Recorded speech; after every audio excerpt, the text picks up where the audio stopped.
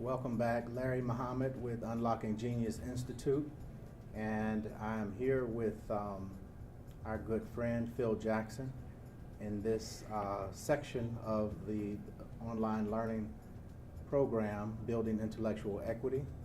And I felt that if we deal with the issue of building intellectual equity, one of the people that we definitely need to speak with and have as a part of our program in this learning experience is Phil Jackson. So I want to thank you and welcome you, for joining us. Oh, absolutely. This is a rare pleasure to actually be able to talk about this aspect of education. It's something that I work on all the time.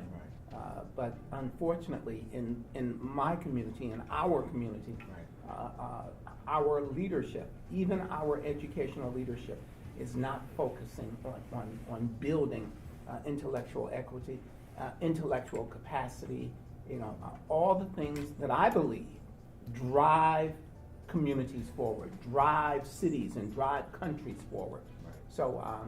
So this is great. I appreciate you doing this. Yes, sir. Thank you. And before I ask Phil to address a couple of the main points that we want to focus on, I wanted to say that many of you know Phil Jackson from Black Star Project and their work with the Million Father March, which is taking place in now over 200 cities. 600 cities around the world. Yes, sir. And also the mentoring programs. So whatever advice and recommendation that Phil lays before us, we want to make sure we plug you and your community and family into what he's doing throughout the country and throughout the world. And of course, I first met Phil when he was, I think, Chief of Staff at Chicago Public Schools. Yes, sir.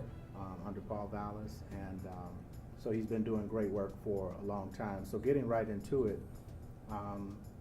what are the first steps that we as educators, as parents, as community leaders and stakeholders, what are the first steps that we need to take in working with the homes, the schools, the churches, mosques, the community, and community leaders? What are those first steps in building this intellectual capital? And how can we put it into action and implementation? Well, one of the first steps that we shouldn't take, and this is something that most parents, most educators try and do, they focus first and sometimes only on the child. And they say that if I work with just this child and I'll put him or her through their paces, I'll make sure that they're exposed to as many things as possible, that I get them as much information as possible, then I will successfully create a young person who has this intellectual equity, intellectual desire, et cetera, et cetera. And from what I have seen, that's not the way to do it. Okay. Simply to focus on your child or on children first. You've got to focus on the context, the entire context that your child is going to be in. That means everything from the physical environment, the nutritional environment, what they eat, his or her peers, friends. Everything is relevant when it comes to building this intellectual equity. And in fact, it's almost a generational thing. It's how you have built your intellectual capacities, your intellectual equity, and then you pass that on. Your children inherit that from you. And so this is absolutely a case of don't do, what I say, do what I do. And we've got to teach our adults that this is not about making our children smart. It's about making us smart, making our community smart, making our culture smart. And in doing so, at Black Star, we've looked at other cultures. And we consider education to be war. It's war at this point. You're in a war for resources. You're in a war for food. You're in a war for medical attention. It's that serious. Right. That if you don't get a good education, you're going to lose that war. And you possibly might lose your life because you lose the educational war. So we come at this question of intellectual equity as a serious question that our community, that the black community, we just haven't given it enough attention and the right kind of attention that it deserves for the importance that it has in terms of the trajectory of our future as a people. Right. Okay. You know, that's a good point you bring up. I was talking with Michael Adrian Howard, who established and created Ivy League tutoring here in Chicago. And he's a member of the Mensa, the Genius Society, for those who are not aware of Mensa. But his goal, since he graduated from Yale University, has been to tutor black children and push them into the top 1% of academic performers in the country. And in one case, he was telling me, and we're going to interview him for this program and talk with him, but one case he told me he was tutoring a child, a second grade girl, years ago, and then he ended up tutoring the mother. But as a result of working with the two of them, as the little girl went up in academic performance, the mother went up. And the mother had dropped out of college because she hadn't done well, but she ended up going back to college and actually became a master's, doctoral student, and a college professor herself. So this is a case study, and I thought about that when you talked about the capacity that we have to have as parents and as adults in the community, and the impact that that has on the children. And I know at Black Star you all have the Parent University. How is that playing a part in this, and what can parents, you know, that's at home and working on this lesson and activity, how can they implement some of those practices that you're doing in the Parent University or the Saturday University? Well, first of all, the work of Ivy League tutoring is legendary on the south side of Chicago. Right. And it would be great if they could do more on the west side of Chicago, north side, and they get out in the south suburbs. But it's legendary. It's great work, and I strongly support that brother and his goal. Now, what I have found is that there's really no difference between black children, Chinese children, Latino children, Indian children, even though this thing called the racial academic achievement gap has got black children at the absolute rock bottom of the American education system, with black boys being basically the bedrock. Black boys are there's no one lower than black boys in the American education system. Right. But what I have found is that really there is no racial academic achievement gap. Now, a lot of educators would argue that point. They go, have I seen the data from NAEP? Have I seen the latest ISAT scores, Prairie State scores, whatever? Okay, I have found that there really is no racial academic achievement gap. Now, there are gaps, but the gaps are in how we as a community embrace learning, embrace education, how we as a community create lifelong learners who are able to learn from us and then to continue learning without us. Now that's where the gaps are. And unfortunately, we are not addressing the gaps. And so what we do, and I'm talking about black people, we call it a racial academic achievement gap. And so we literally put our children down. We put our children at the bottom. We sacrifice our children to this American education system. And then, and this is kind of crazy, we expect young white women to ride into our communities and save us. So that's a part of it. Now, on what you said, and what you said is just so profound and so true about when the brother was tutoring the child and then he started tutoring the mother.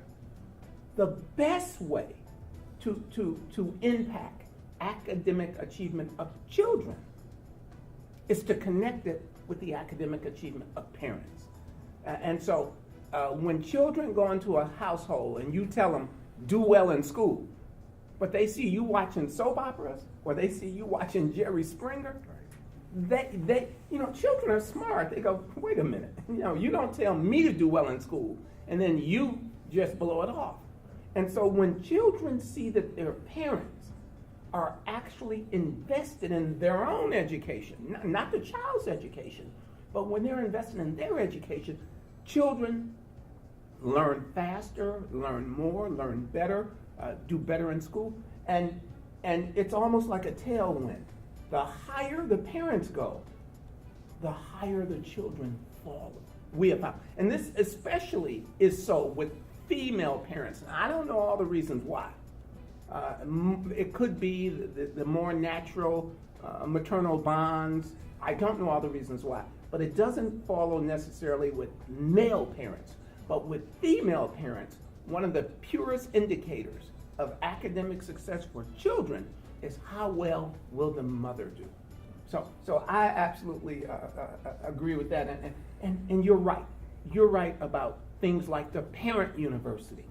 So if you really want to improve children's academic performance, you've got to improve parents, not only their academic performance, their academic IQs or intelligence quotients, their academic aggressiveness. You've got to do that in the parents. And unfortunately, and I've said that too many times, unfortunately, but black parents believe, and we bought the okey doke, and this was from about 1960 up to 1980, maybe 1990.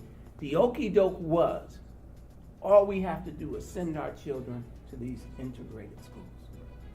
The worst decision that we could possibly make as a community is to think, first of all, and you might know that, I'm sure you know this, schools are more segregated today in 2015 than they were in 1955, or actually 1953, which was a year before Brown versus Topeka Board of Education. So that was a shell game, this integration. So there really was no integration. And those of us who live in Chicago know that most schools where black children attend are 85, 90, 95, almost 100% African American. So there really was no integration, and there is no integration at this point. Right.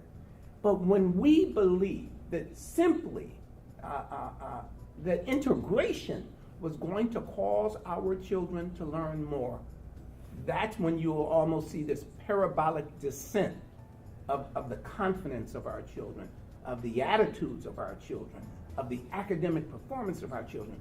I mean, it's down. If I can give you just one example. Mm-hmm. Here in the city of Chicago, 9% of black boys in the 8th grade read at or above level.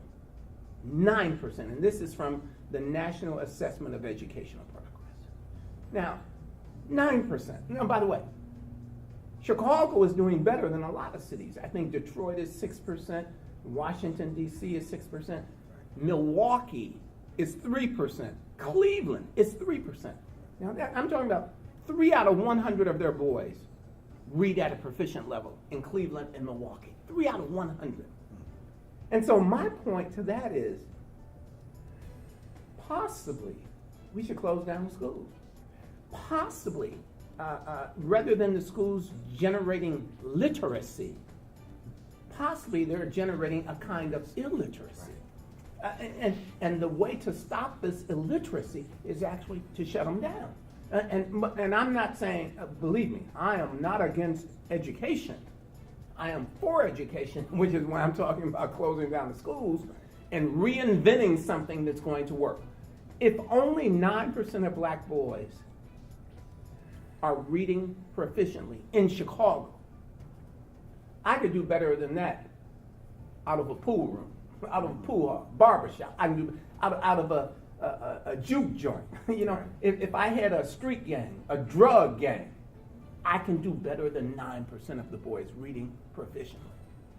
So, so we have work to do, but you see, we as a community, we have given our ability, our God-given, not just right, an inalienable right. We've given that away. We've told other people, you educate our children.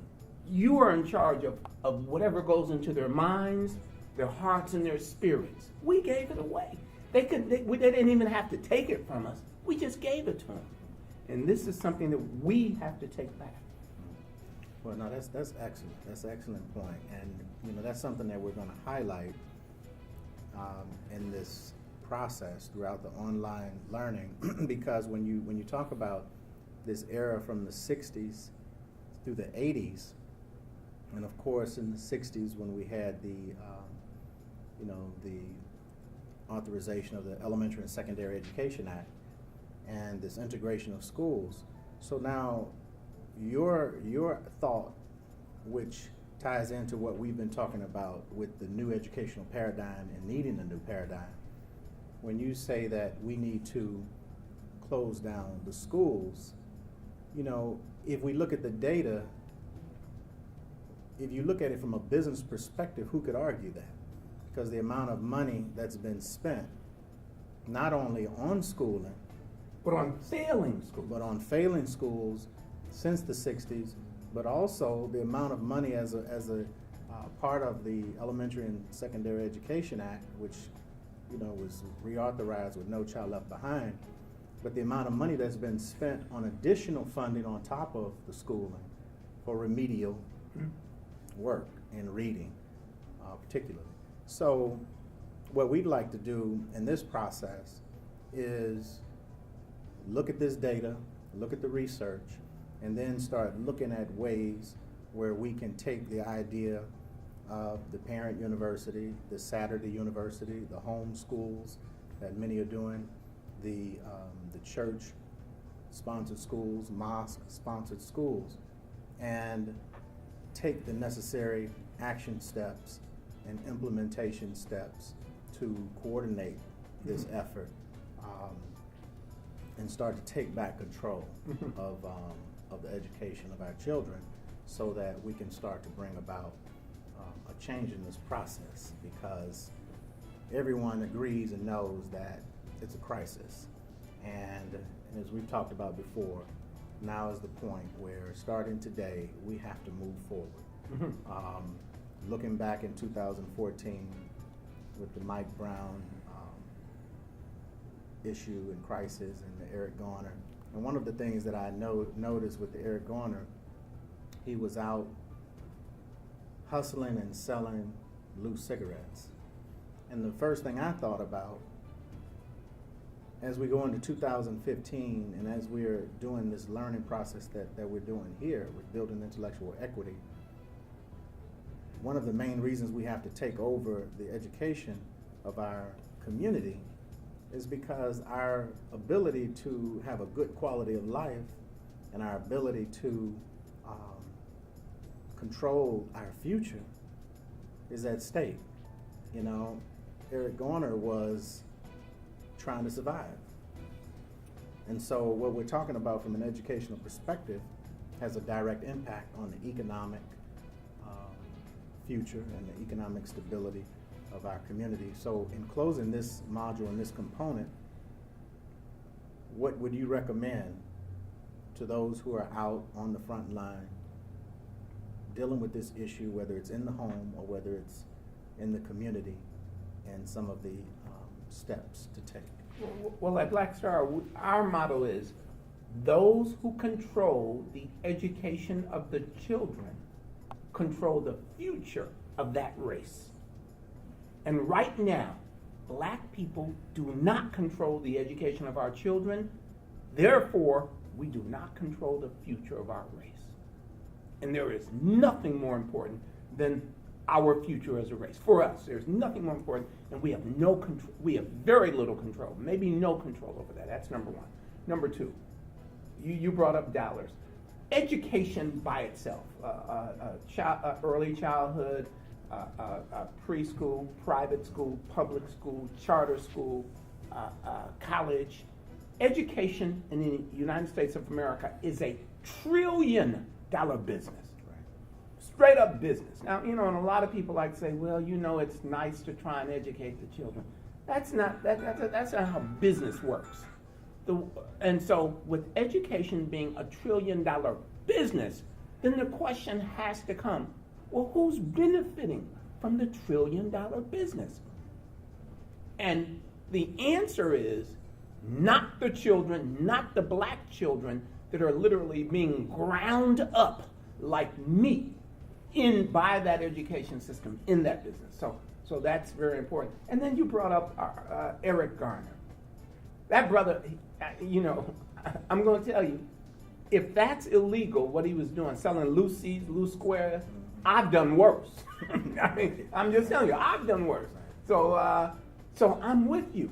So this is an opportunity for us to recast education, to recast economics, to recast our own humanity through this intellectual equity movement that we're talking about. And it's got to be there. Everything goes on the table. Nothing goes without questions anymore. And for me, people say, well, Phil, you used to do this. Let me question. Well, question me. And no one in our race at this point is beyond being questioned. And so when you ask what should we do, it absolutely starts at home. Now, it doesn't necessarily start at home with your child and simply only tutoring your child, reading to your child, doing math with your child, sending your child to Ivy League tutoring. Those are important steps. And I subscribe to all that. But it actually starts with a transformation of your spirit, a transformation of your family spirit, a transformation of your community spirit, and a transformation of our spirit as a race of people. Without that transformation, all the simple mechanical things that we might do to try to raise up our children's academic performance, they're not going to mean very much. And so maybe one of our children, and God bless the brother at Ivy League tutoring. I'm not trying to get 1% or to get our children into the 1%. I'm trying to lift up a race of people. Right. And in order to do that, it will take transformation. Right. So that's what, and transformation isn't really a big idea. It's a small idea, but it's an idea that we've got to get a lot of people to buy into. Okay.